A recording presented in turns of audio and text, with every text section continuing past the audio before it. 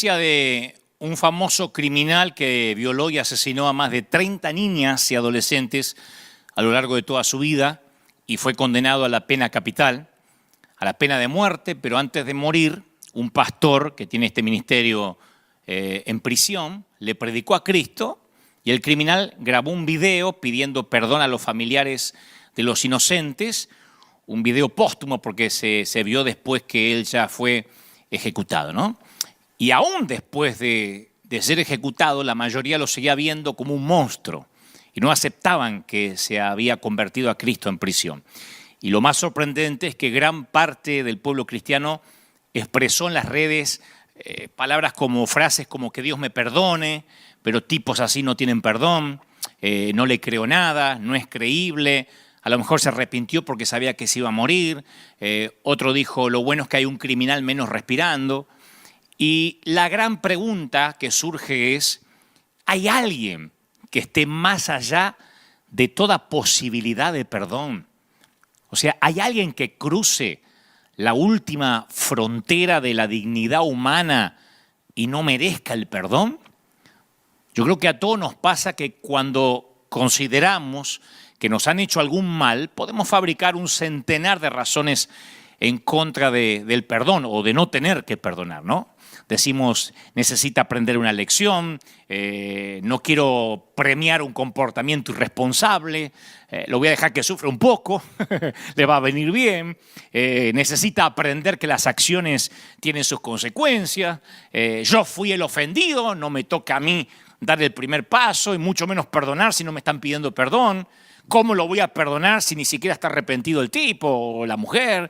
Así que podemos argumentar de aquí hasta el final de los tiempos hasta que nos cae la moneda, que a los que amamos a Dios o a los que decimos amar a Dios, se nos ha ordenado perdonar por ser hijos de un Dios que perdona.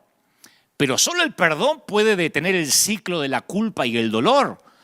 Solo el perdón puede romper la cadena de la falta de gracia. Entonces, en el Nuevo Testamento, la palabra griega más usada para hablar acerca del perdón literalmente significa liberar, salir corriendo, librarse de una atadura. Pero siempre es más fácil admitir que el perdón es injusto. Y a lo mejor lo es cuando nos hicieron daño. Yo sé que hay mucha gente del otro lado diciendo, pero Dante, vos no te imaginás lo que a mí me hicieron, la infidelidad, el maltrato, hay mamás que lloran a sus hijas porque su esposo cometió un femicidio. Yo sé que hay cosas espantosas, abusos sexuales de niños. Entonces, el tema de todo eso es que la palabra resentimiento, expresa lo que sucede si el ciclo se sigue repitiendo sin interrupción en tu corazón, en nuestro corazón, en nuestra mente. Resentimiento literalmente significa sentir otra vez, ¿no? El sentimiento se aferra al pasado, lo vuelve a vivir una y otra vez, y arranca la piel nueva para que la herida nunca se sane. O sea que cuando se empieza a sanar, el resentimiento arranca esa piel para que vuelva a supurar la herida. Y este esquema comenzó en la primera pareja en el huerto. Yo digo siempre, la cantidad de discusiones que deben haber tenido Adán y Eva en el transcurso de sus 900 años de vida. Porque uno puede decir, bueno, vivieron 90 años, 80 años. Yo tenía mis abuelos que a los 90 años ya no hablaban, se ladraban, porque decían, hace con 70 años que aguanto a este viejo. Imagínense 900 años. Yo me imagino a Eva diciendo, vos comiste el fruto, y Adán, pero vos me lo diste. Imagino que hasta viejos por ahí se seguirían echándose la culpa, ¿no? Esto no empezó ahora. Hay dos novelas que ilustran este esquema, pero en un escenario más moderno. Uno es el famoso libro escrito por el premio Nobel, El amor en los tiempos del cólera, que lo escribe el gran Gabo, Gabriel García Márquez, y él cuenta en ese libro justamente acerca de un matrimonio que se desintegra por un jabón, por una pastilla de jabón. La esposa mantenía la casa en orden, dice la historia, la novela, y eso incluía la provisión de toallas, de que no falte nunca papel higiénico, jabón en el baño. Y un día se le olvidó a la señora reemplazar el jabón, descuido que su esposo mencionó, y lo exageró un poquito, ¿no? Como son todos los varones. Me estuve bañando durante casi una semana sin jabón, dijo. En vez de decir, falta jabón, ya vino con el reclamo. Y ella lo negó rotundamente. Y aunque era cierto que se le había olvidado, era el orgullo de ella que estaba en juego y no quiso retractarse. Y la novela de Márquez cuenta que durante los 7 meses siguientes durmieron en cuartos separados, comieron en silencio. Aún después, siendo, dice la historia, unos plácidos ancianos, escribe García Márquez, tenían mucho cuidado de no mencionar el tema del jabón, porque las heridas sanadas apenas podían comenzar a sangrar de nuevo, como si se las hubiesen infligido el día anterior. Uno dice, ¿cómo es posible que un jabón eche a perder un matrimonio? Bueno, no era el jabón en sí, era que ninguno de los dos cónyuges estaba dispuesto a decir, basta, esto no va a seguir así, no puede seguir así, perdoname. Entonces el perdón siempre ofrece una vía de salida. Y si no tomamos esa vía, permanecemos atados a las personas a las que no podemos perdonar. Permanecemos encadenados a esa gente. El no perdonar nos aprisiona en el pasado. Yo una vez oí a un rabino inmigrante que hizo una declaración asombrosa. Bueno, no lo oí, lo leí, pero fue transcripto de una conferencia, de un sermón que él dio. Él dijo, antes de salir de Alemania rumbo a los Estados Unidos tuve que perdonar a Hitler, porque no quería traer a Hitler dentro de mí y que Hitler conociera esta nueva patria.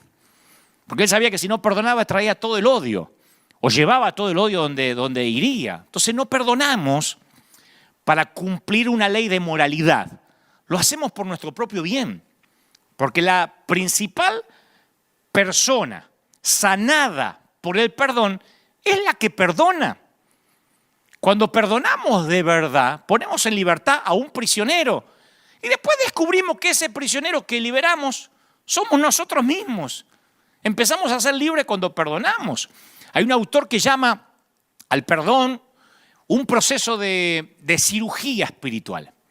Porque cuando perdonamos a alguien estamos separando el daño de la persona que lo cometió, de la persona que lo hizo. Es como que hacemos una dicotomía. Desconectamos a esa persona de la mala acción. Porque uno siempre tiende a identificar inseparablemente a la persona con el daño o el dolor que nos causó. ¡Hey, mi ex marido lo que me hizo! La loca de mi suegra, el fulano de tal, el consuelo aquel. Siempre estigmatizamos a la persona con el daño que nos hizo. Y al perdonar a esa persona, le cambiamos esa identidad, ¿no? Hace unos años yo leí la novela y después, obviamente, vi la adaptación al cine de la novela gráfica V de Vendetta, que le pertenece al sello DC Comics.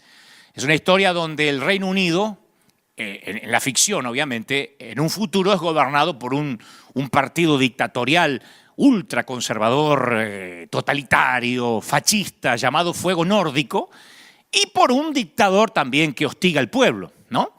Y entonces en la historia, ahí se la voy a espolear un poquito, ahí aparece un individuo enmascarado que se hace llamar V y toma la justicia por mano propia. No te cuento más por si la quieres ver, ¿no? Pero es una suerte de versión más moderna del Conde de Montecristo, la famosa novela de Alejandro Dumas que también leí cuando yo era chico, ¿no? Que la venganza, la vendetta, como dicen los italianos, la vendetta, como hacen en la mafia italiana, la vendetta, que parezca un accidente. Yo tenía un programa de radio hace muchos años donde tenía un personaje de ficción que se llamaba el Apóstol Padrino, que era un italiano que manejaba la iglesia como si se manejara la mafia. Entonces, en la ficción le decían apóstol, el fulano de tal no está viniendo a la iglesia, entonces, ¿qué tenemos que hacer? Y el apóstol decía, vamos a suspenderlo. ¿Quiere que lo suspendamos del liderazgo? No, suspenderlo de una cuerda. Es la vendetta. Entonces la venganza, la vendetta, es lo más natural, lo más humano, lo que más nos sale.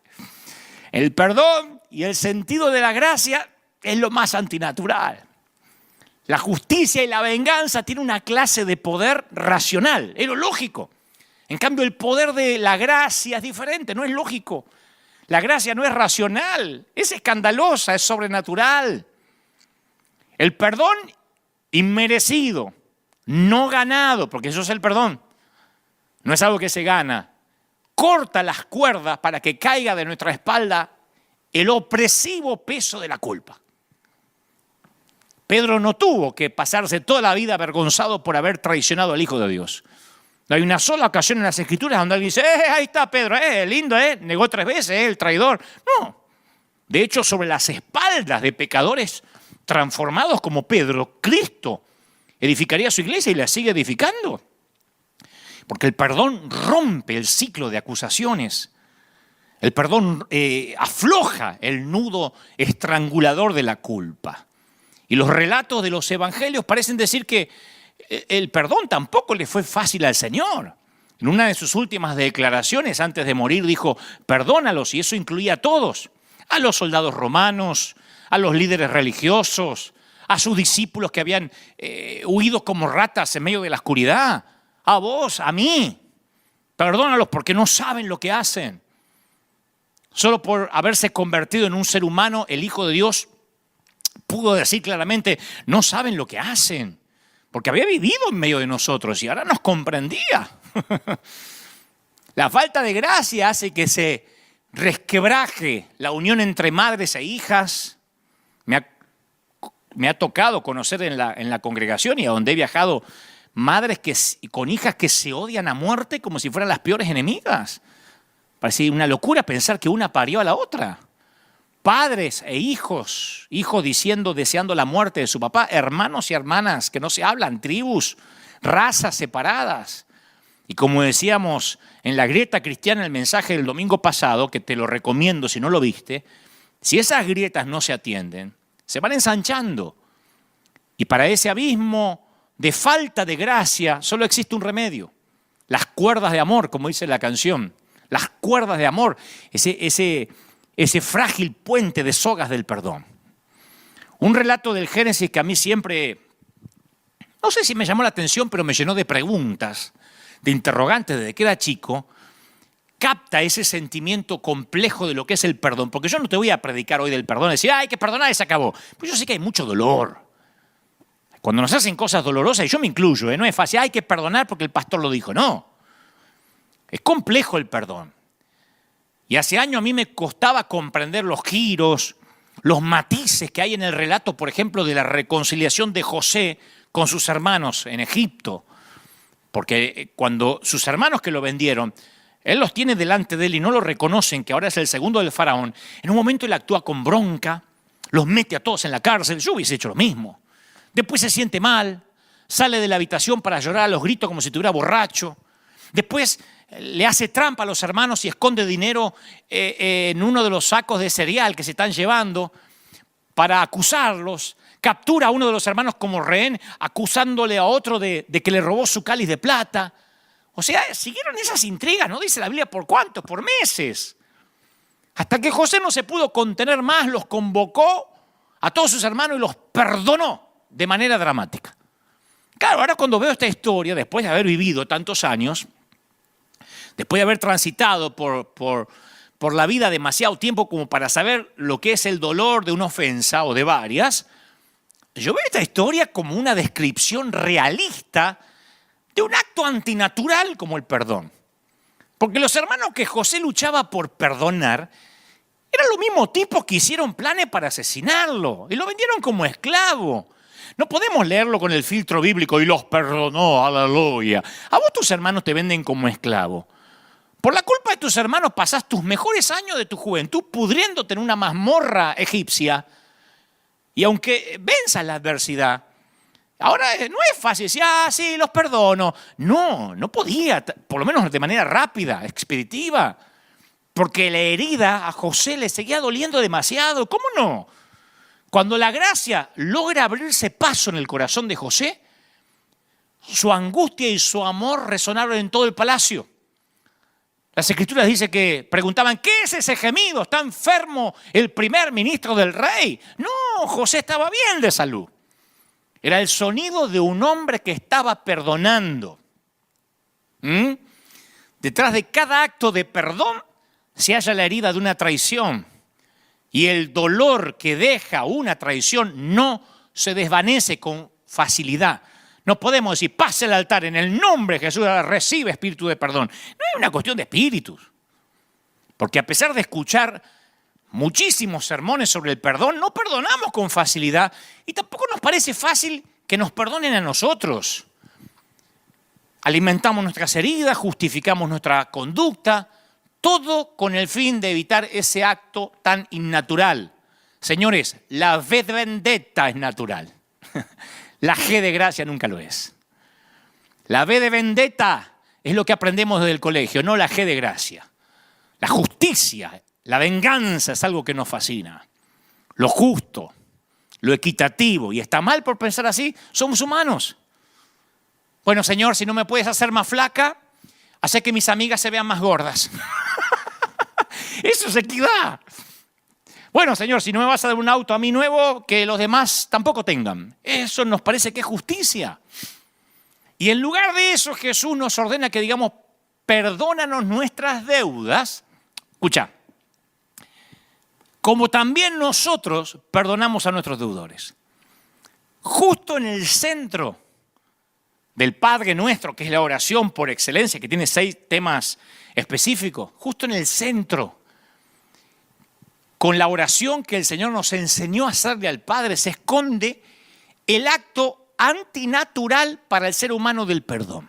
Y escucha esto, no hay palabra, escucha, no hay palabra en ningún otro idioma que encierre, por lo menos mi criterio, un mayor temor que la palabra ahí como, que aparece en esa cláusula.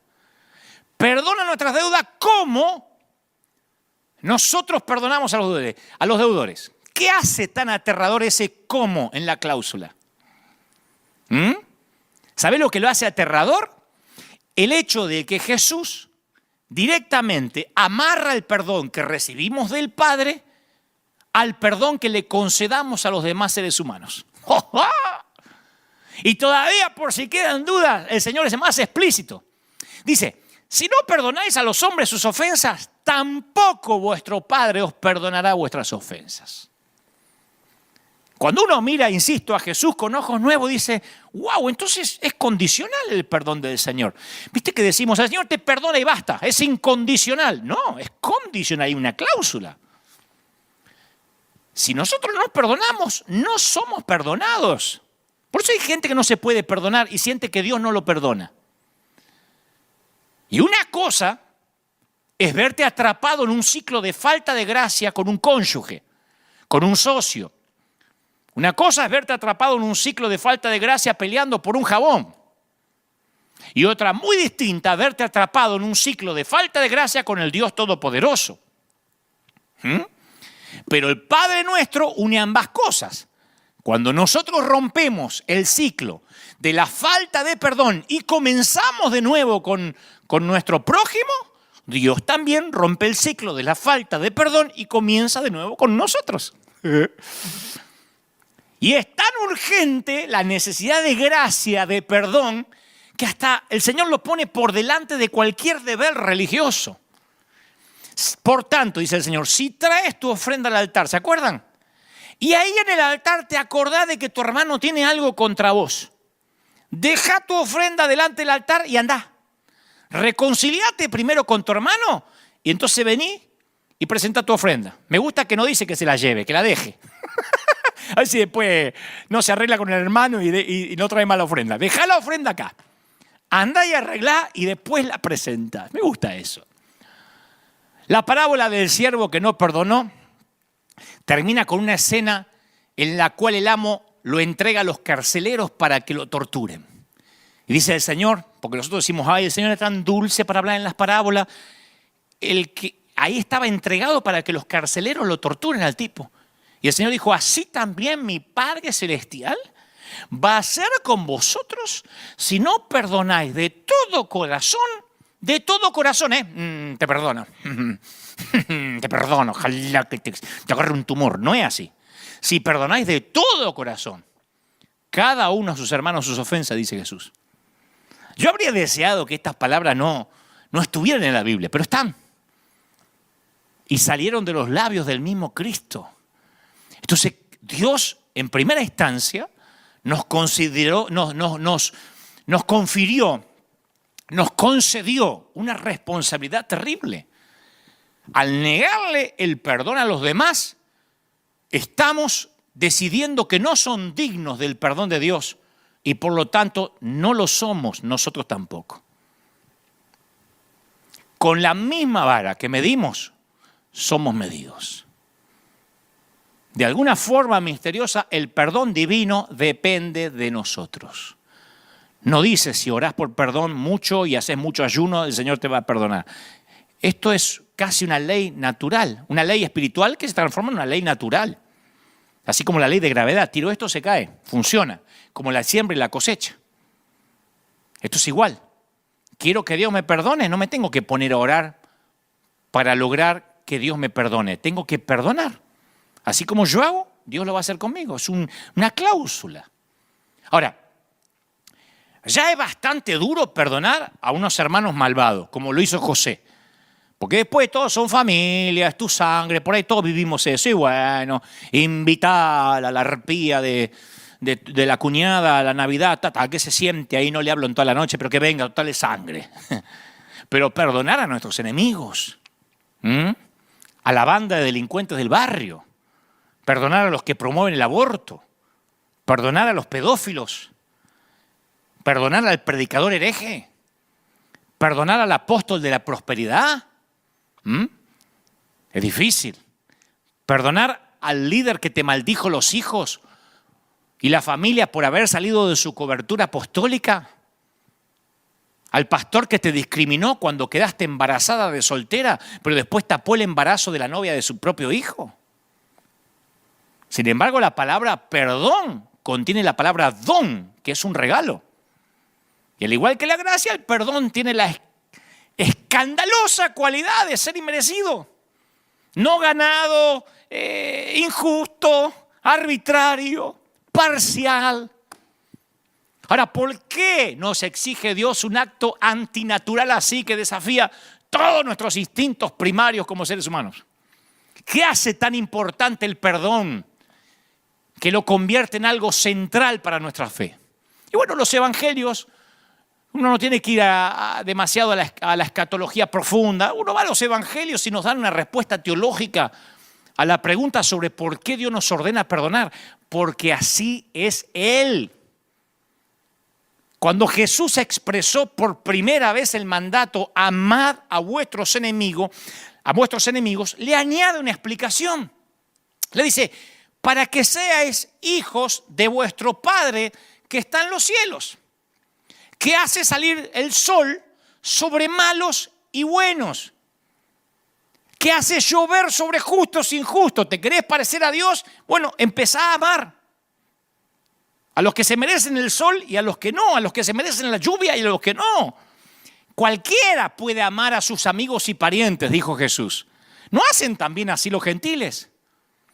Entonces los hijos del Padre fueron llamados, o fuimos llamados, a una ley superior. Que nos parezcamos a ese Padre que perdona. ¿Tiene sentido? Hemos sido llamados a ser como Dios, a manifestar en nosotros ese aroma de familia. En nuestra familia se perdona, punto. ¿Por qué? Porque somos hijos de Dios. Acá en esta familia se perdona. Porque ese es el estilo de la familia del Señor. Y ahí me viene otra vez a la mente la parábola del siervo que no perdonó. El Señor contó que este siervo tenía todo derecho a molestarse porque su consiervo le debía un poco de dinero. Y según las leyes romanas, tenía derecho de meterlo en la cárcel. Y Jesús no puso en tela de juicio sobre lo que el siervo había perdido, lo que le debían, sino que comparó esta pérdida con la de su Señor, que le acababa de perdonar a él varios millones de dólares o de pesos. Entonces, solo la experiencia de ser perdonado es lo que nos hace posible perdonar. El evangelio de la gracia comienza y termina en el perdón. Solo la gracia puede derretir el hielo de la falta de gracia. ¿Pero qué decimos? No, muy bien, si el otro... Está bien, entendí Dante, está bien. Si el otro está arrepentido y me pide perdón, yo lo voy a perdonar. Entonces sí voy a ceder. Y eso tampoco es lo que dice el Señor, porque convertimos el perdón en una ley de reciprocidad. Y eso no va a funcionar nunca. Porque ambos, el herido y el que cometió la falta, decimos, el otro es el que tiene que dar el primer paso. Y después y si da el primer paso, encima lo voy a vigilar como el FBI para ver si la otra persona muestra alguna señal de que realmente fue un arrepentimiento sincero. Si puedo ver alguna pista que realmente me manifieste que está arrepentido. Porque nos fascina la V de vendetta y no la G de gracia. Nos encanta la V de venganza. Romper el ciclo de la falta de gracia significa tomar la iniciativa. Alguien tiene que escuchar esto y esto va para alguien. En lugar de esperar a que el otro dé el primer paso, lo tenemos que dar nosotros, desafiando la ley natural de la equidad. En el centro de las parábolas de Jesús sobre la gracia se halla un Dios que toma la iniciativa para acercarse a nosotros. Todas las parábolas es un Dios que se acerca a nosotros. Los que dicen, hay que buscar a Dios. La Biblia es Dios buscando al hombre, no al revés. Este es un libro de Dios buscando al hombre, de un padre enfermo de amor que corre a encontrarse con el pródigo. Este es un libro que muestra a un señor que cancela una deuda demasiado grande porque su siervo no se la puede pagar. No es que su siervo le dijo, cancelame la deuda. El amo decide hacerlo. Este es un libro donde encuentra que un patrón le paga a los obreros de la última hora lo mismo que trabajaron todo el día y que se partieron el lomo, lo mismo. El libro cuenta que un hombre da un banquete y él sale por iniciativa propia o manda a la gente a las calles en busca de unos huéspedes que no se merecen serlo. Jesús fue el primero en romper la cadena de la falta de gracia. Pero a nosotros nos encanta la ley del talión. Ojo por ojo, diente por diente y todo el mundo va a quedar desdentado y ciego. Y el ojo por ojo le cierra, ¡bum!, de un portazo. Cierra de un portazo la puerta al perdón, a la gracia. Y decimos, pero ¿por qué yo tengo que dar el primer paso? Si yo fui el ofendido. Dante me está diciendo que yo tengo que ir a perdonar a ese desgraciado, a esa incircuncisa. Sí, porque lo natural y mi naturaleza humana, yo te entiendo, yo estoy igual. A mí mi naturaleza humana me dice que perdonar no es sabio, no es sano, no es justo, no es práctico, no es equitativo. ¿Cuántas veces hemos dicho, yo soy cristiano pero no estúpido? Yo soy cristiano pero no me van a tomar de tarado. Y entonces disfrazamos la falta de gracia con una frase más espiritual, porque nosotros siempre tenemos un tema de semántica, para que los pecados no suenen a pecado, ¿no? Acuérdense que nunca chismeamos, nos desahogamos en familia. Nunca criticamos ni odiamos, no comparto. Hay una más espiritualoide que esa, no tengo comunión. Che, ¿no te hablas con fulano? No tengo comunión. Que es la manera espiritualoide de ocultar el rencor, el resentimiento, pero no hablas con tu papá, no tengo comunión. Porque la luz no tiene comunión con las tinieblas, pero si es tu propio padre, no tengo comunión. Y claro, el perdón exige de mí que ignore esa parte herida de mi corazón, que se siente adolorida y maltratada. Yo no estoy subestimándola, pero esa herida quiere mantener el control de la situación. Y además, esas heridas quieren poner unas cuantas condiciones entre mi persona y la persona que se me está pidiendo que la perdone.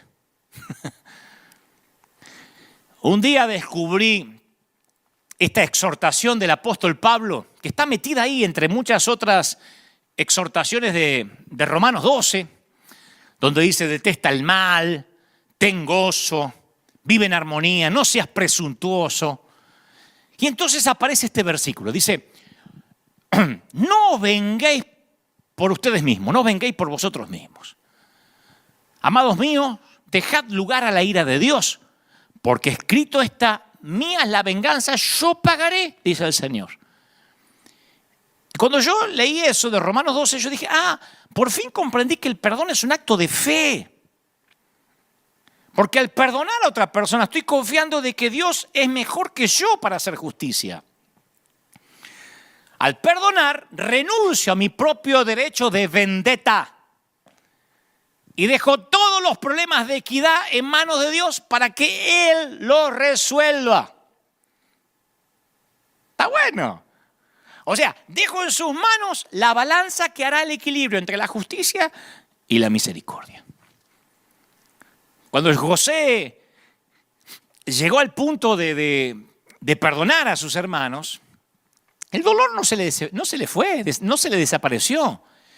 Pero el tipo se desprendió de sus hombros la carga de ser un juez. Por eso salía, entraba, lloraba, porque no sabía cómo ajusticiarlos. Por un lado era la sangre, por otro lado les tenía bronca, por otro lado los amaba. Entonces un día se quitó esa carga. Dijo que el Señor se ocupe. Aunque el mal que me hayan hecho no va a desaparecer cuando perdono, por lo menos no me mantiene atrapado. Queda en manos de Dios, que sabe lo que hay que hacer. Yo no te digo que lo que te hizo tu ex va a desaparecer de las heridas que te causó.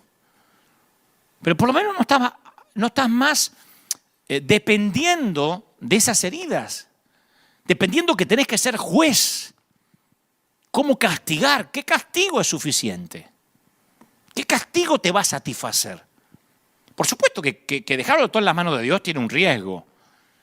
De que Dios no trate a la persona como yo querría que la trate, ¿no? A nosotros nos gusta. A mí me acuerdo que yo conocía a uno que decía, como dice la Biblia, siéntate en el umbral de tu puerta y verás pasar el cadáver de tu enemigo.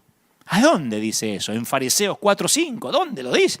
Pero le gustaba la frase y lo hizo bíblico. No es así. Como Dios trate a quien nos hirió, a lo mejor no nos gusta, porque acordate que el profeta Jonás se resintió con Dios porque Dios fue más misericordioso de lo que él creía que se merecían los ninivitas. Yo nunca he encontrado que sea fácil perdonar. Yo no te hablo del umbral del hombre que perdona todo, porque las injusticias de las que me quejo permanecen y las heridas siguen causándome dolor. Y yo tengo que acercarme una y otra vez para entregarle ese residuo de lo que creía haberle entregado un tiempo antes. Y lo hago, ¿por qué le entrego a Jesús las cargas? ¿Por qué le entrego mi dolor? Porque Jesús establece una clara conexión. Dios a Dante le va a perdonar sus deudas a medida que Dante perdona a sus deudores. O sea, ¿qué me lo tienen que poner con manzanita para que entienda? Porque acá no es que, bueno, es según la interpretación, lo dijo clarito, y hasta lo oramos en el Padre Nuestro sin pensar, perdona nuestras deudas como yo perdono a los deudores. Y si alguna vez oraste el Padre Nuestro sin pensar, Dios se mata de risa diciendo, ¿cómo vos perdonás a quién? Si vivís enfermo de rencor y querés que yo te perdone. El cese de las hostilidades entre los humanos depende de un cese de las hostilidades con Dios y viceversa. La grieta no la cierra Dios, ¿eh? Por más que te mates orando que Dios une a tu familia, la grieta no la va a cerrar Dios porque Él no la abrió. La grieta la cerramos nosotros.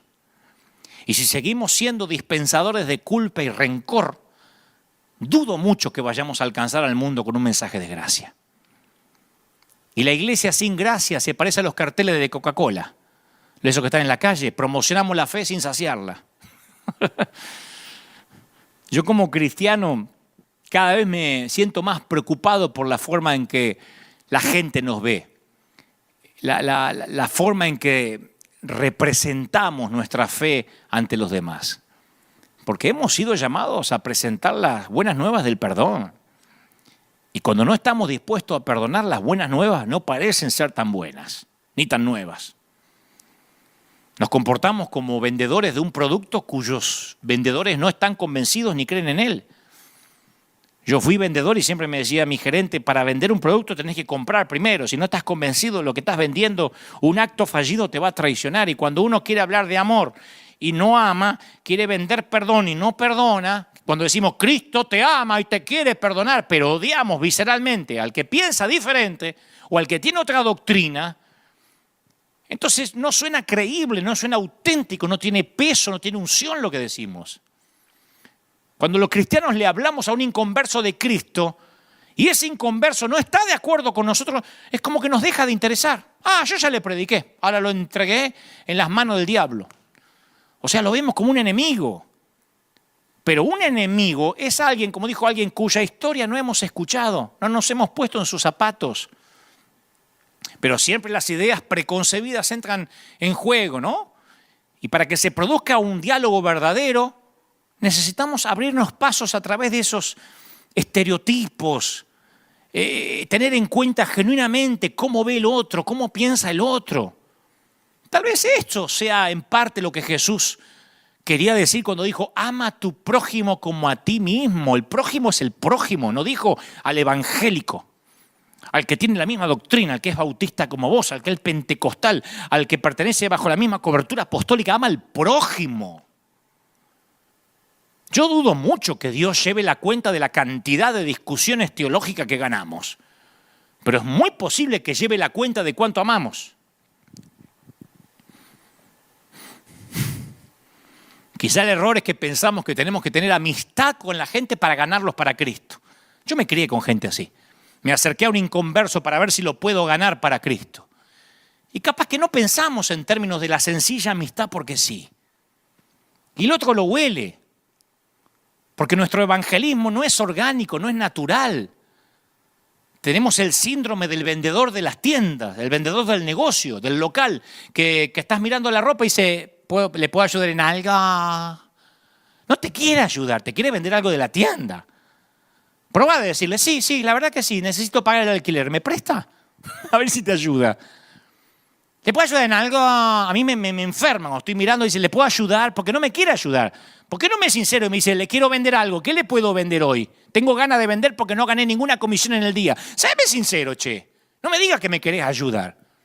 Y el inconverso huele cuando nos acercamos y decimos, ¿estás mal? ¿Sabe que le queremos vender el evangelio? Que la amistad no es genuina. Y que cuando nos diga que no comparte, o que es católico, o que es testigo de Jehová, sabe que lo vamos a maldecir. Huelen que parece que trabajamos en mercadeo y no somos gente que amamos de verdad. No somos sinceros al decir que amamos. A mí me viven criticando por la gente con la que me doy. Harto de que en Argentina me digan, ¿por qué te sacas una foto con Scioli? Que eres corrupto. Como que, pero no han leído la Biblia. Yo digo, no puede ser. O no sé, o yo la entiendo demasiado infantil, la Biblia demasiado lineal. Pero yo no puedo entender cómo decir, ¿por qué te sacas la foto con Benny Hinn, que se separó y después se volvió a casar? Yo, de verdad, que hay que acercarse a la gente si es perfecta. ¿Desde cuándo nosotros podemos exigir perfección si no lo somos?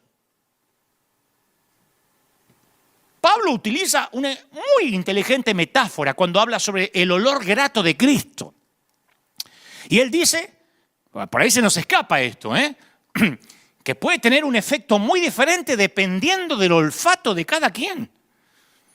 Dice, a estos ciertamente olor de muerte, para muerte, y a aquellos olor de vida para vida. Y es el mismo aroma. Pero para algunos es un olor y para otros otro olor. Con tan solo leer las redes sociales de ciertos creyentes, uno se da cuenta que algunos despiden un aroma perfumado y otros ofenden el olfato con su olor pútrido. Olor a muerte, olor a vida, dijo Pablo. A eso me refiero.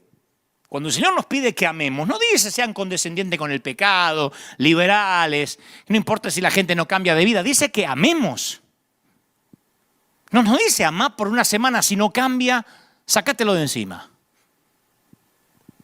Hace un tiempo la CNN le hizo una entrevista a un pastor de North Carolina y él proponía literalmente, pueden buscarlo, ahí está, él proponía, le decía a los periodistas inconversos, él proponía que confinemos a todos los homosexuales y a las lesbianas dentro de un inmenso cerco. Él dijo, vamos a ponerlo dentro de un inmenso muro, porque a uno se dice, Trump quiere hacer un muro, Trump quiere hacer un muro. Este era un hombre de Dios diciendo, hay que meter los homosexuales y las lesbianas dentro de un muro de unos 160 kilómetros a la redonda y lanzarle comida en helicópteros. Y al final se van a terminar extinguiendo porque no se pueden reproducir. Esa es la cura para esa peste, dijo. Y todos los periódicos reprodujeron lo que él dijo. Ahora, me pregunto cuántas conversiones de fe puede producir una declaración de odio visceral como esa. ¿Y si fuera tu hijo que se tiene que quedar dentro de ese cerco de odio? Si fuera tu hijo al que hay que tirarle comida de un helicóptero. Porque cuando uno le pone cara al pecador, todo cambia. Una cosa es hablar del pecador, mientras que no nos pase en casa. Hace poco un amigo evangélico, cristiano evangélico, cuya mamá era católica, decidió hacerle un servicio de funeral en su parroquia, respetando la religión de la mamá. Él tenía la oportunidad de que el pastor oficiara el funeral de su mamá, pero la mamá era católica y trabajaba como voluntaria en la parroquia. Entonces se le ocurrió a mi amigo que entre el pastor y el cura o el padre, el párroco de su mamá, se dividirían los devocionales. Hicieran un funeral compartido, pero en la parroquia. Y mi amigo estaba furioso. Me decía, estoy furioso por las conductas de mis hermanos evangélicos que fueron al funeral de mi mamá. Porque algunos le dijeron, si alguno de estos católicos, porque había muchos católicos, amigos de la mamá, si alguno de estos católicos que están acá aceptó a Cristo de verdad mientras hablaba el pastor, entonces la muerte de tu madre valió la pena. Para eso murió. Mi amigo estaba destruido. Obviamente el pastor le dijo a todos que dudaba que la mamá estuviera en el cielo, porque le pusieron un rosario arriba del cuerpo. Entonces dijo, dudo que se haya ido con el Señor, porque ella, como todos ustedes, pertenecen a la gran ramera, pero hoy tienen la oportunidad de conocer a Cristo de verdad. En un funeral. Eso es decir la verdad, eso es la sana doctrina, eso es la genuinidad. No, el proselitismo, con el fin de sembrar terror para que se acerquen a Jesús, nunca ocasiona genuinos cambios de vida. Insisto, el problema no tiene que ver con que estemos en desacuerdo con alguien, sino con la forma en que tratamos a esa persona con la que estamos en desacuerdo. El Señor nunca hizo que las personas corrieran aterrorizadas a Él, los amaba. Y los cristianos fuimos llamados a usar las armas de la gracia, lo cual significa tratar con amor, con respeto, incluso a los que se nos oponen. Jesús vino del Padre lleno de gracia y verdad, escribió Juan. Yo pienso que la iglesia hemos trabajado incansablemente en la parte de la fórmula que se refiere a la verdad. Defendemos la verdad en los concilios pastorales, en los credos, los volúmenes de teología, los puntos, las divisiones que ocasionan los puntos periféricos de la doctrina. Pero ¿te imaginas lo que sería si pusiéramos la misma energía en transmitir la otra parte del versículo, en transmitir lo que Pablo llama la incomparable riqueza de la gracia de Dios? Gracia y verdad, los dos deberían ir por igual. Así como yo los he amado, también ustedes deben amarse unos a los otros. Les ordenó Jesús a sus discípulos en la última cena. Fue Él quien dijo que el mundo sabrá que somos cristianos, lo dije el domingo pasado, y además sabrán quién es Él. Cuando sus seguidores estemos unidos en amor. Dios tiene un inmenso interés en nuestra forma de amar. Y Juan añade que por medio del amor damos a conocer al Dios invisible. Nadie ha visto jamás a Dios, pero si nos amamos unos a los otros, Dios permanece en nosotros y entre nosotros su amor se ha manifestado plenamente. Oh.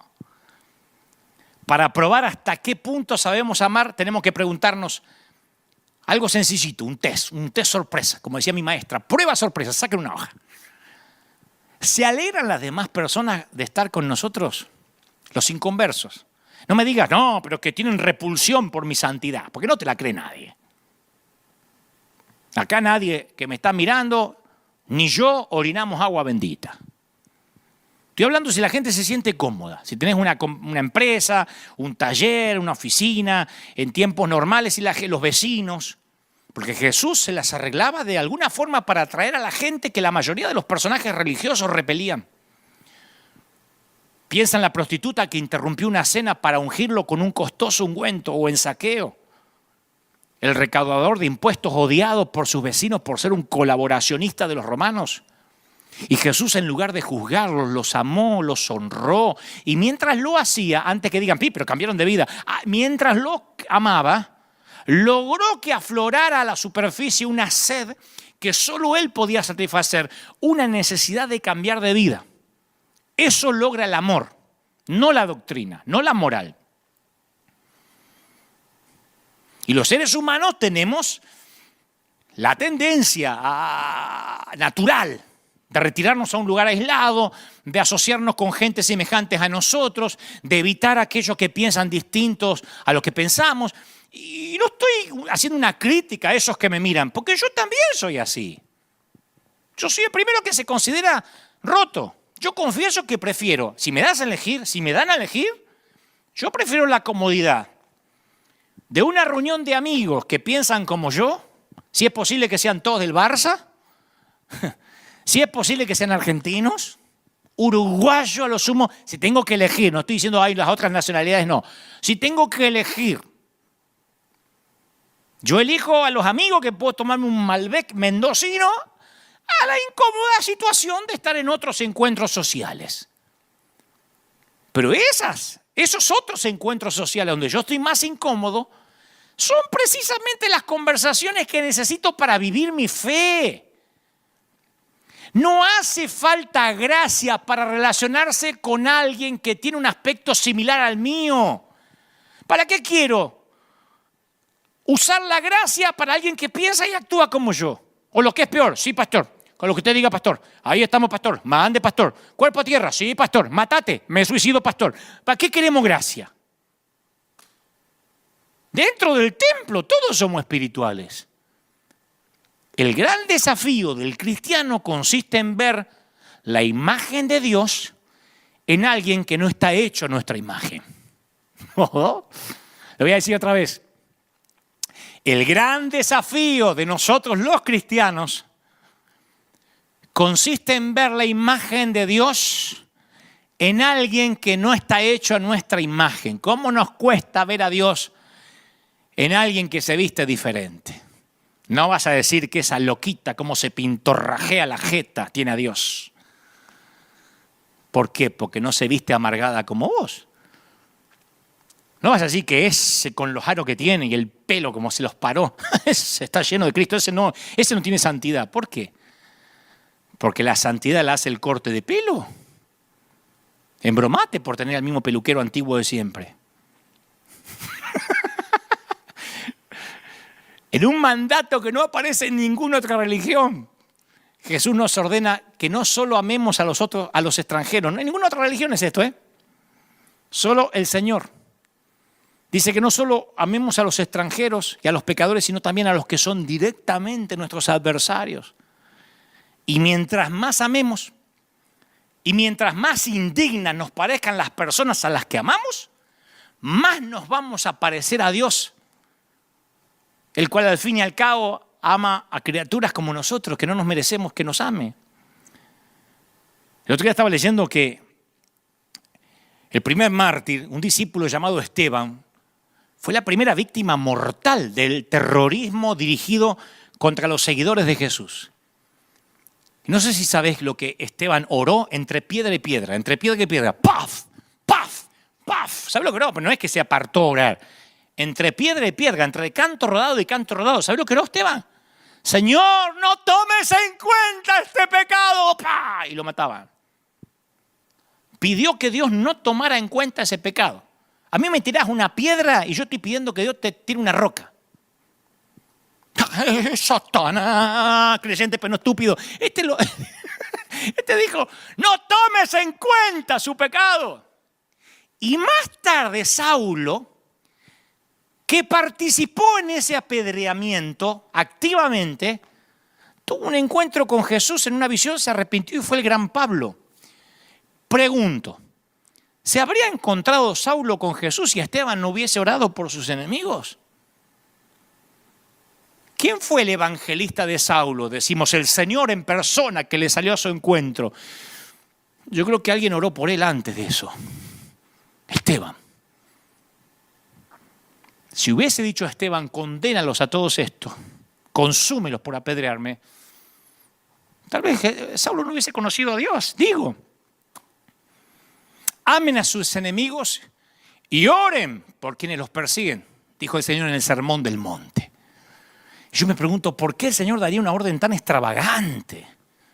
Y Él mismo nos da la respuesta, porque el Señor nunca deja nada librado al azar o a la especulación. Dijo, para que sean hijos de su Padre que está en el cielo. El que hace que salga el sol sobre malos, sobre buenos, que llueva sobre justos y sobre injustos. Ahora, yo quiero que me prestes atención. Yo sé que me aguantaste hasta ahora, pero prestame atención porque quiero hablarte unos minutitos cortitos sobre algo que a mí me voló la cabeza. Esta semana me voló la cabeza, no es algo que Dios me reveló hace 30 años, esta semana. Por eso uno siempre que mira la Biblia con ojos nuevos y con la ayuda del Espíritu Santo, con el discernimiento del Espíritu Santo, Dios nos puede hablar porque la palabra está viva. Déjame decirte algo sobre el sermón del monte, el sermón de la montaña. Porque lo que te voy a decir ahora capaz que es la revelación más guardada de todas las Escrituras y es la revelación del perdón. A mi humilde entender, si no entendemos el sermón de la montaña, dudo que entendamos alguna vez la gracia. Por primera vez Jesús dejó de lado las parábolas, él habla siempre con parábolas, y por primera vez ofrece a su auditorio una completa filosofía de vida, algo así como un candidato que revela su plataforma política. Ustedes quieren saber el perfil de Jesús, no vayan necesariamente a las parábolas, vayan al sermón de la montaña. Y todo lo que dijo, porque no es solamente bienaventurados los pobres, no.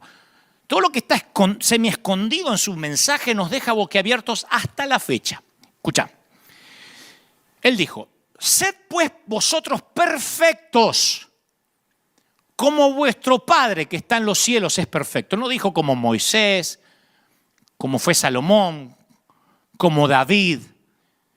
Dijo Jesús, entre los mandamientos de amar a los enemigos y dar limosna, dijo, sean perfectos como mi Padre. No sé si nos damos cuenta de esto, porque no es una metáfora, qué quiso decir, una fábula, no, es literal. ¿Cómo ser perfectos como Dios? ¿Qué quiso decir? Cuando un joven rico le pregunta a Jesús qué tenía que hacer para ganar la vida eterna, Jesús le dijo que entregue todo el dinero, no el 10%. ¿Viste que alguno le agarra ahora urticaria por el diezmo? ¿Dónde está el diezmo? Que el diezmo que trae el Viejo Testamento. Dijo, entregalo todo, no el 10%. No le pidió el 18%, el 50%, el 60%, le pidió todo. Cuando un discípulo le pregunta si debía perdonar a su hermano 7 veces, Jesús le dijo, no. No te digo hasta 7, sino hasta 70 veces 7. Después agrega, todas las cosas que queráis que los hombres hagan con vosotros, así también haced vosotros con ellos. Yo os digo, amad a vuestros enemigos y orad por los que persiguen. Imaginen a Jesús predicando así en la montaña, porque uno se lo imagina muy a lo Hollywood. De ahí surge la frase siempre, ay, así no hablaría Jesús. Ese es el Jesús de Hollywood. El verdadero tenía que hablar en una montaña fuerte para que lo escuchara el último que estaba allá. No podía hablar como los actores del cine. ¡Escuchadme! Ojo por ojo y diente por diente, ¿no es cierto? Así dijeron nuestros antepasados. Amarás a tu prójimo y aborrecerás a tu enemigo, ¿no es verdad? Amén, gritó una vieja. Pero yo os digo, que es fácil amar a tu hermano, amar a los que nos aman. Hasta los cobradores de impuestos lo hacen. ¿Qué quieren? ¿Que los felicite por eso? ¿Alguien quiere que le diga, oh, y le hagamos la ola por amar a sus hermanos? No. Amad a vuestros enemigos. Amad al que os patea y escupe. Amad al soldado del imperio que quiere atravesarlos con la lanza. Ahí ya no hay nadie diciendo amén. Amad al ladrón que os despoja y tortura. Escuchadme. Dije, amad a vuestros enemigos. Si un soldado romano te abofetea la mejilla izquierda, dale la otra. Si alguien con autoridad del César te obliga a caminar 1 kilómetro, no te niegues, pero camina 2. Si alguien te roba el manto, dale también la camisa. Escuchadme. Yo digo que es difícil seguirme. Lo que digo, nunca jamás nadie lo ha dicho desde que comenzó el mundo. Y yo creo que en ese sermón de la montaña muchos empiezan a ir. Uno puede imaginar la respuesta de la gente del pueblo. El sermón del monte no los motivó, los enfureció. Y esta es la descripción que hace Jesús de su relación con la Torá, con la ley. No penséis que he venido para abrogar la ley de los profetas. No he venido para cambiar nada, he venido para hacerla cumplir. Porque os digo que si vuestra justicia no fuera mayor que la de los escribas y fariseos, no entraréis en el reino de los cielos. Estoy seguro que nunca viste el sermón de la montaña así. Esta última afirmación los enfureció más. Algunos dicen, no, el sermón del monte fue maravilloso. No. Les digo que si no eran más perfectos que los escribas y fariseos, se irían al infierno. Y los escribas y fariseos competían entre sí. Habían dispensado la ley de Dios en 613 reglas, 248 mandamientos, 365 prohibiciones, reforzadas esas reglas con 1521 enmiendas. ¿Cómo competís con gente así? Para no violar el tercer mandamiento, no tomarás el nombre de Jehová tu Dios en vano, se negaban a pronunciar el nombre de Dios. Para evitar la tentación sexual, habían introducido la práctica de bajar la cabeza para no ni siquiera mirar a una mujer. Algunos se reventaban la cabeza contra las paredes, los famosos judíos sangrantes. Para evitar profanar el sábado, habían declarado ilegales 39 actividades que se catalogaban como trabajo. ¿Cómo podía la justicia de una persona común que está escuchando el sermón del monte sobrepasar la de semejantes profesionales de la fe? Jesús, escucha esto, para los que dicen, Jesús es súper gracia. Jesús llevó la ley tan lejos, más allá de lo que cualquier fariseo jamás habría hecho. El sermón del monte complicó la ley mucho más. Jesús hizo imposible que alguien pudiera cumplir la ley y luego la mandó que la cumpliéramos. Jesús hizo imposible que alguien pueda cumplir la doctrina y después mandó que la cumplan. ¿Qué quería hacer el Señor? Mira algunos ejemplos. Todas las sociedades en la historia de la humanidad han tenido leyes contra el homicidio. Pero ninguna sociedad ha establecido nada que se parezca a lo que dijo Jesús.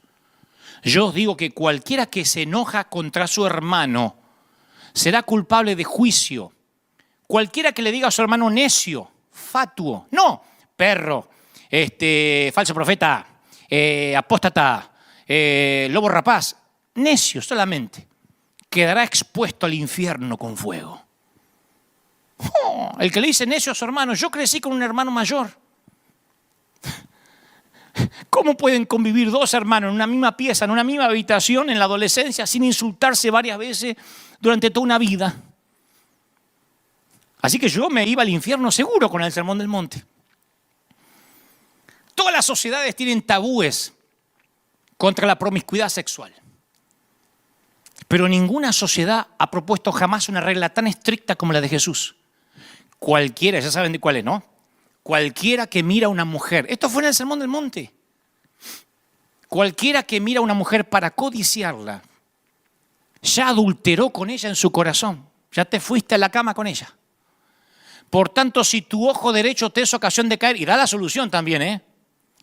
Si tu ojo derecho te es ocasión de caer, sácalo, échalo de ti, porque es mejor que se te pierda uno de tus miembros y no que con todo tu cuerpo, que con los dos ojitos y la visión 20/20 te vayas directo al infierno. Mejor que como Andrea Bocelli te vayas al cielo. Yo he escuchado que hay sociedades que piden que castren a los violadores reincidentes, pero nunca escuché que se proponga algún tipo de mutilación facial por miradas lujuriosas. Divorcio. En la época de los fariseos se debatía acaloradamente cómo interpretar la ley de Moisés respecto al divorcio. Al esposo, en los tiempos de Jesús, le bastaba con decir 3 veces, te divorcio, te divorcio, te divorcio, para que el divorcio fuera firme, con que lo dijeras 3 veces. ¿Te imaginas si esto fuera así? La cantidad de divorciados que tendríamos. Algunos maridos dirían 50 veces te divorcio para estar recontra divorciado. Jesús dijo, yo os digo que el que repudia a su mujer, a no ser por causa de fornicación, hace que ella adultere. Y el que se casa con la repudiada comete adulterio. Y de allí, los que no interpretan la esencia del sermón del monte afirman que hay que mantener los matrimonios siempre a cualquier precio. aun cuando el respeto, el amor, la paz y la dignidad se fumaron. Por eso hay matrimonios que terminan siendo una institución matrimonial vaciada de relación. Pero al tema que vamos. Por último, Jesús habló de la violencia. ¿Quién puede sobrevivir y cumplir lo que Jesús estableció? No resistáis al malo. A cualquiera que te hiera una mejilla, dale la otra. El que te quiera poner un pleito y quitarte la túnica, dale también la capa. Entonces, cuando yo examino estos estrictos mandamientos del Sermón del Monte, me pregunto, ¿cómo hago para cumplirlos? ¿Están ahí? ¿Qué espera Jesús? ¿Que yo le dé limosna a cuantos mendigos se me cruzan en el camino? ¿Cómo haces si vivís en Argentina, en Venezuela? ¿Cobrás tu sueldo y desde que llegás, o tu salario, desde que salís de la fábrica hasta que llegás a tu casa te quedas sin sueldo? Porque según el Señor no tenés que dejar ningún mendigo sin darle algo. ¿Tendría que tirar mi tele para evitar tentaciones lujuriosas? Eso hacíamos, ¿se acuerdan? El cajón del diablo y lo tiramos al río. ¿Cómo aplico esos ideales éticos en mi vida cotidiana? La Iglesia Católica no sabía qué hacer con esto, entonces codificó la vida cristiana en listas de pecados mortales y veniales para poder lidiar con esto, si no es imposible. Martín Lutero, del lado protestante, él interpretó el Sermón del Monte de otra manera. Él dijo, no, es que hay que dar al César lo que es del César y a Dios lo que es de Dios. Lutero decía que los cristianos tenemos doble ciudadanía, una del reino de Cristo y otra del reino del mundo. Por lo tanto, el cristiano tendría que separar su oficio de la persona. Por ejemplo, un soldado o un cristiano que es enrolado en las filas militares tiene que cumplir las órdenes de matar a su enemigo, aunque en su corazón siga la ley de Jesús de amar a sus enemigos. Así lo resolvió Lutero. Pero yo voy al Sermón del Monte y Jesús no distingue entre oficio y persona. No dijo, pero que soldado lo entiendo. Él dice que hay que resistir al malo, no jurar, darle al necesitado, amar a los enemigos, besar a la suegra. No dice eso, pero entra dentro de amar a los enemigos. Y por mucho que trato, no puedo encontrar una forma de suavizar el Sermón del Monte. Si el Sermón del Monte establece la norma de Dios para la santidad, estamos todos fregados, diría Montaner. Y los que hasta acá no se me fueron y dicen, entonces, ¿de qué se trata? ¿A qué querés llegar, Dante, con esto? Este es el gran secreto. Escucha, esto te va a volar la tapa del cerebro como me la voló a mí. El Sermón del Monte no me ayuda a mejorar. No te ayuda a mejorar. Nos revela toda la forma en que no lo estamos logrando. No podemos decir que el Evangelio es imperfecto porque sus seguidores lo somos. No podemos juzgar a Cristo por quienes llevamos imperfectamente su nombre. Si yo conozco el camino a casa y lo recorro borracho, no es que el camino es menos bueno porque yo me voy tropezando. Hay una forma de resolver este misterio. Aceptar que nunca vamos a dar la talla, pero que tampoco tenemos que lograrlo. A vos y a mí se nos juzga por la justicia de Jesús que vive dentro de nosotros, no por nosotros mismos. Ninguna condenación hay. ¿Para quién? Para los que guardan la doctrina, para los que cumplen el Sermón del Monte, para los que están en Cristo Jesús. El pensar, por fin lo conseguí, soy santo, es un engaño. ¿Quién no ha bajado la mirada? ¿Quién no ha visto a una mujer bonita, a un muchacho guapo alguna vez? Según el caso. El decir, yo tengo la sana doctrina, también es un engaño. En su respuesta al joven rico, en la parábola del buen samaritano, en sus comentarios acerca del divorcio, del dinero o de cualquier otro tema moral, Jesús nunca rebajó el ideal de Dios. Nunca dijo, y bueno, ahora estamos en otra etapa, este Dios se apichonó un poco, no es el Dios del Antiguo Testamento, de Malaquía para acá, papá envejeció. No dijo. Dijo, sé perfectos como vuestro Padre del cielo es perfecto. Y ni Billy Graham, ni Gigi Ávila, ni San Francisco de Asís, ni la Madre Teresa, ni nadie ha podido cumplir con esos mandamientos. Pero el mismo Jesús, que relata el Sermón del Monte, ofrece gracia absoluta. El mismo Jesús perdona a una mujer adúltera, a un ladrón en la cruz, a un discípulo que lo había negado. escoge un discípulo traidor para fundar su iglesia, a un torturador para fundamentar su doctrina. La gracia es absoluta, inflexible, lo incluye todo. Esa gracia incluso se ofrece a quienes clavaron a Jesús en la cruz. Padre, perdónalos, no saben lo que hacen. La gracia es para los desesperados, para los rotos, para los quebrantados, para los que no se bastan a sí mismos. La gracia es para todos nosotros. Yo durante años había pensado que el Sermón del Monte era la pauta para la conducta humana que nadie había podido seguir. Y al volverlo a leer esta semana, encontré que Jesús pronunció estas palabras no para abrumarnos, sino para decirnos cómo es Dios. Para decirle, ven, ninguno lo puede lograr. La naturaleza de Dios en el texto primitivo del que se deriva el Sermón del Monte es el secreto. ¿Por qué debemos amar a nuestros enemigos? Porque nuestro Padre misericordioso hace que el sol se levante sobre buenos y malos. ¿Por qué ser perfectos? Porque Dios es perfecto. ¿Por qué guardar tesoros en el cielo? Porque el Padre vive ahí y nos va a colmar de recompensas. ¿Por qué vivir sin temor ni preocupación? Porque el mismo Dios que viste a los lirios y a la hierba del campo prometió cuidarte. ¿Por qué orar? Porque si un padre terrenal da pan y pescado a un hijo, mucho más el Padre que está en los cielos nos dará dádivas buenas a quienes la pidan. ¿Cómo no lo pudimos ver? Jesús no proclamó el Sermón del Monte para que nosotros alcanzáramos la perfección. La pronunció para mostrarnos que a ninguno de nosotros, jamás ninguno de nosotros la va a alcanzar jamás. Se fueron todos frustrados del Sermón del Monte. El Sermón de la Montaña nos obliga a reconocer la gran distancia que separa a Dios de nosotros. Y escuchen esto.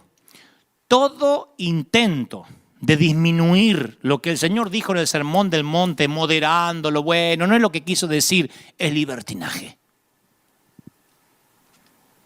Y la peor tragedia sería pensar en que el Sermón del Monte entonces es legalismo. No, el Sermón del Monte liquida al legalismo. Le está diciendo al legalismo de los fariseos que tenían 700 leyes que iban a fracasar. No por ser demasiado estrictos, sino porque no eran lo bastante riguroso como Jesús presentaba lo que era ser santo. Porque andaban los judíos tropezándose contra las paredes para no mirar mujeres y dice, con que ya lo hayan pensado, ya pecaron, están fregados. No, pero yo no miro. Sí, pero tenés fantasías, estás liquidado, viejo. Yo nunca cometo un homicidio. En cuanto le dijiste necio a alguien, ya sos culpable de juicio y te vas al infierno. ¿Se dan cuenta? Que la mejor super, ultra, hiper, macro, sana doctrina comparada con el Sermón del Monte es un mal chiste. Viendo esto, ¿de verdad alguien puede creer que porque a una mujer no le dejen cortar el cabello o teñirse o depilarse va a alcanzar la perfección de Jesús? ¿De verdad? El Sermón del Monte demuestra que delante de Dios somos todos iguales. Asesinos y violentos, adúlteros y lujuriosos, ladrones y codiciosos. Todos estamos desesperados y de hecho este es el único estado adecuado para que el ser humano conozca a Dios. El Sermón del Monte venía con trampa. Él les dijo, ¿quieren perfección, y fariseos?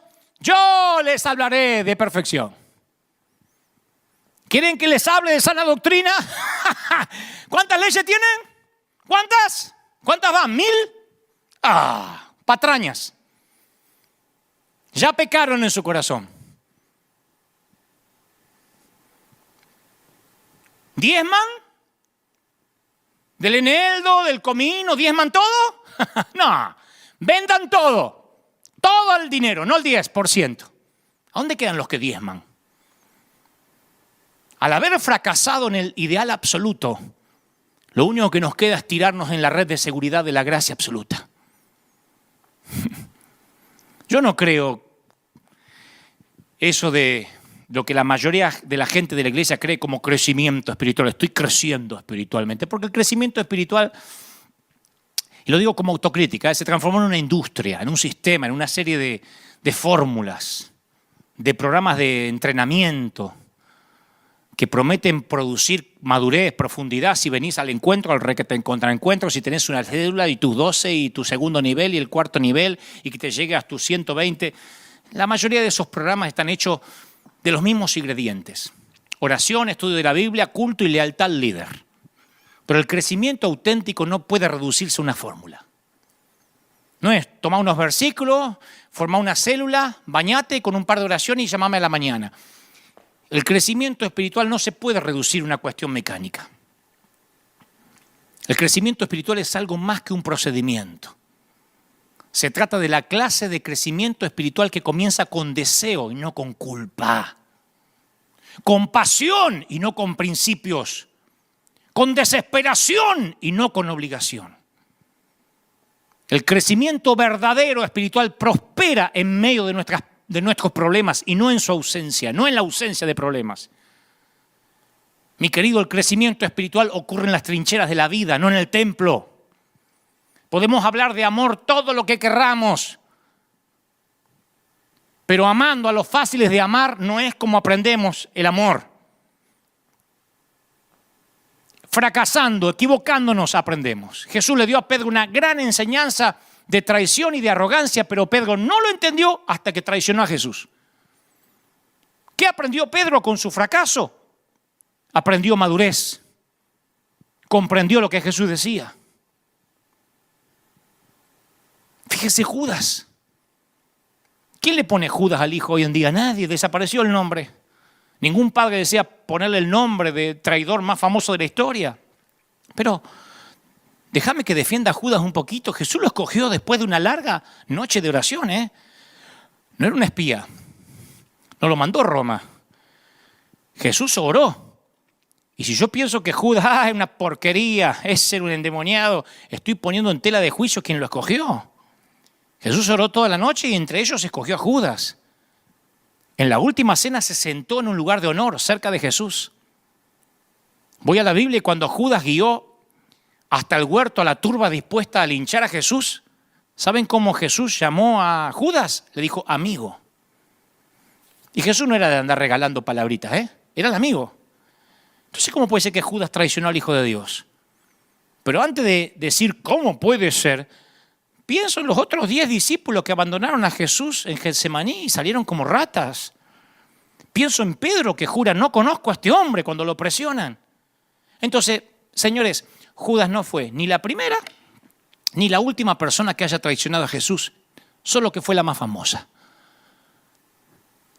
Y no conozco otro contraste más marcado que el de Pedro y Judas, porque ambos tuvieron liderazgo dentro del grupo de los discípulos, ambos vieron las mismas cosas, ambos pasaron el mismo ciclo de esperanza, de temor. Cuando aumentaron los riesgos, ambos negaron al maestro. Y ahí termina la semejanza.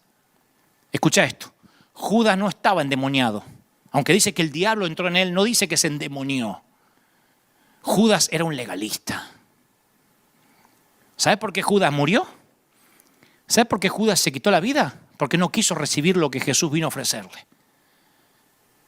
Porque como dije la vez pasada, en vez de correr a la cruz, corrió al templo y no encontró gracia.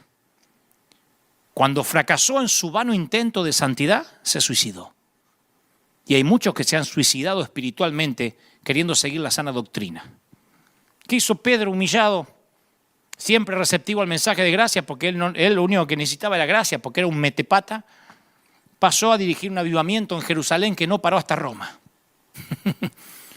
Vos me estás diciendo, Dante, ¿estás alentando a la gente a fracasar para que crezca? No, estoy animando a la gente a crecer, lo cual significa que vas a fracasar. Escucha esto, no te lo va a decir ningún predicador. Te vas a caer y te vas a levantar. Y si no es por gracia, no vas a poder crecer. Vas a equivocarte, vas a tener pensamientos lujuriosos. Cientos y más de decisiones que tomes frente al altar van a conformar un crecimiento genuino, pero van a ser muchas decisiones, no una. Algunas decisiones te van a acercar a Dios, otras te van a alejar, pero todas van a contribuir a una relación profunda, con textura con Dios. Durante mi adolescencia, yo tomé un montón de decisiones. de ser cristiano, de volver a ser cristiano, de reedificar mi vida en Dios, de rededicar mi reedificación y mi rededicación, de entrar a un servicio en tiempo completo, de tratar mejor a mis padres. Le di mis hormonas a Dios un montón de veces, se las volví a quitar porque las necesitaba, se las volví a entregar. Más de una vez me quería bautizar de vuelta a ver si la arreglaba. Y fui sincero en cada una de esas decisiones. Y aún así tuve éxito en actuar consecuentemente solo 2 o 3 días después del domingo. A mí los pasos al altar y las promesas de dedicación me duraban hasta el miércoles. Nunca llegué al jueves. Pero esos 3, 4 días ponían el fundamento para la decisión del domingo siguiente. Mi vida iba así. Y sigue siendo así, ¿eh? Pero yo no habría podido tomar la decisión siguiente si no hubiese tomado la anterior. Estaba creciendo. Estoy creciendo. Tomando una decisión a la vez. Mi crecimiento a veces parece incoherente, pero Él nos ama cuando no queremos que nos ame. Él sabe que no vamos a poder cumplir el sermón del monte. Yo no puedo cumplir ni uno de las cosas que dijo, ni una. Él nos ama cuando actuamos como no cristianos. El amor del Señor es pegadizo, persistente. Voy a terminar con esto. Como siempre cambio los nombres para no herir susceptibilidades. Conozco a un padre, la historia de un padre, al que llamaré Daniel, que nunca abrazó a sus hijos ni le dio palabras positivas porque fue criado a la antigua y repetía la historia. Y aunque él es violento y difícil, los hijos lo aman, lo respetan. Pero papá, al igual que todos los papás, tiene sus cuotas de defecto. Y toda su vida Daniel, este papá, ha estado luchando con los demonios de su infancia, porque no le fue fácil su infancia tampoco, con su propio padre que nunca estaba satisfecho con él. Y Daniel y su hijo menor, al cual voy a llamar Junior, tienen una relación estrecha que comienza a desintegrarse de a poco a medida que el hijo va creciendo, a medida que Junior va creciendo y se va dando cuenta de cómo es el padre.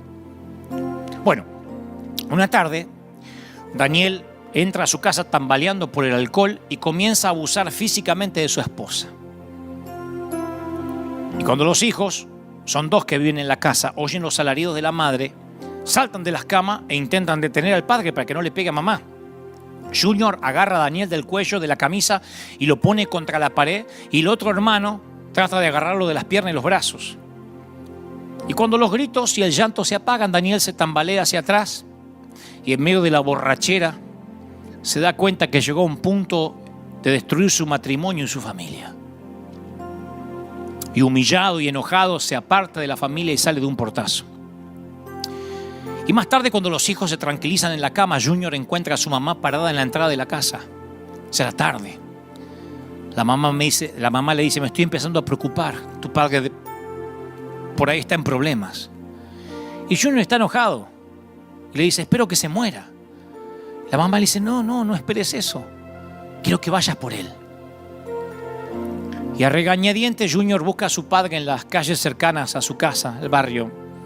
Lo conocía bastante.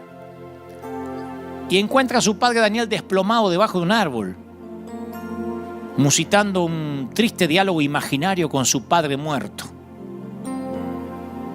Llorando le dice, papá, soy un desastre como siempre me lo dijiste. No pude ni formar una familia. Y el hijo, cuando oye las palabras lacrimosas de su papá, comienza a entender por qué él es como es. Finalmente Daniel se tira sobre el pasto, llorando. Su hijo se agacha para levantarlo y dice, vamos papá, te llevo a casa. Creo que ahora te entiendo. Y cuando levanta a su papá borracho, le dice, te amo papá. Y Daniel, su papá, lo empuja y camina tambaleante cruzando el parque. Y Junior, al principio enojado, pero continúa diciendo, te amo papá, te amo. No me trates de detener porque te amo. Y Daniel trata de escaparse de su hijo, pero Junior comienza a hacer círculos alrededor y lo provoca. Te amo, papá. Vamos, papá, te amo. Atrévete a detenerme, te amo, papá. Y cuando Daniel tiene claro que no puede escapar o alejarse del amor de su hijo, Junior lo sostiene fuerte y lo lleva a casa. Y Daniel está enojado debido al amor incondicional, implacable y testarudo de su hijo. No importa cuán feo se vuelva él, su hijo se niega a dejar de amarlo. Él no merece el amor de Junior y lo sabe. Ha sido un padre terco, lleno de defectos. Fracasó muchas veces, demasiadas veces. Ha sido un fraude. Y trata de ahogar las palabras de Junior, pero no puede.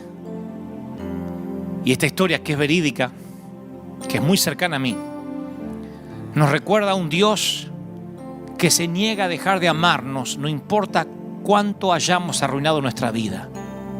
Se niega a excluirnos. Él sabe que estamos rotos y estamos en construcción.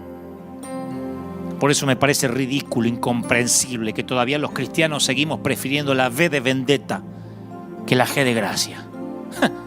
Como si el Señor nos hubiese hecho la vendetta a nosotros. Necesitamos con urgencia una liberación a nivel global para que los miles de demonios que se han metido en las iglesias la dejen libre y para que volvamos a ser la iglesia que alguna vez fuimos en vez de esta corrupta y patética copia de lo que alguna vez fuimos. Ojalá que volvamos a ser la iglesia que despide un aroma de gracia, una G de gracia, una P de perdón. Quiero orar por ti. Si estás por primera vez oyendo esto, este evangelio es para ti. ¿Cómo te ama el Señor? Yo te amo.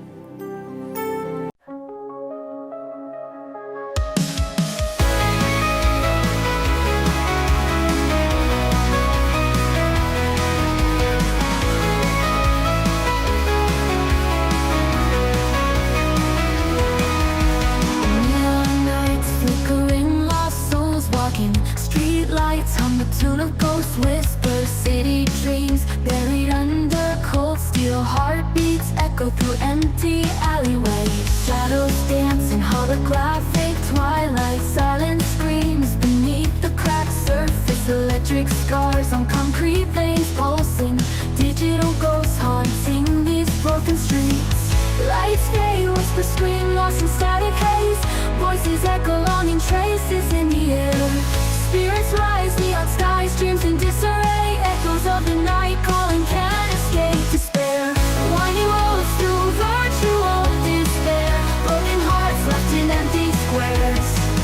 Faceless eyes watching from down corners. Synthetic love disintegrates like morning fog. Shadows dance in holographic twilight. Silent screams beneath the cracks of fading moon. Lonely hearts trapped in mirror reflections. Lifeless eyes staring into neon gloom. Lights fade, whispers scream, lost in static haze. Voices echo longing, traces in the air. Spirits rise, neon skies, dreams in disarray. Echoes of the night calling, can't escape despair. Winding roads through virtual despair. Broken hearts left in empty squares.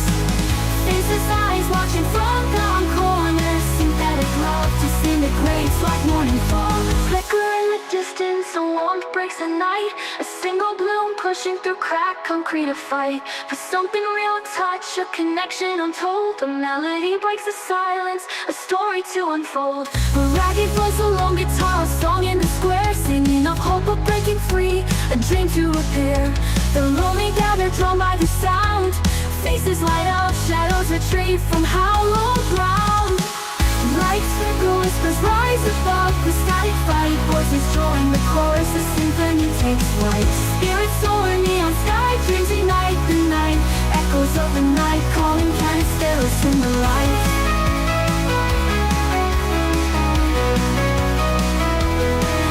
In the heart of the silicon, a crack begins to mend. A human spark, a firefly, a love that will transcend the artificial night. A city starts to breathe. Hope rekindle, whispering, you are not alone.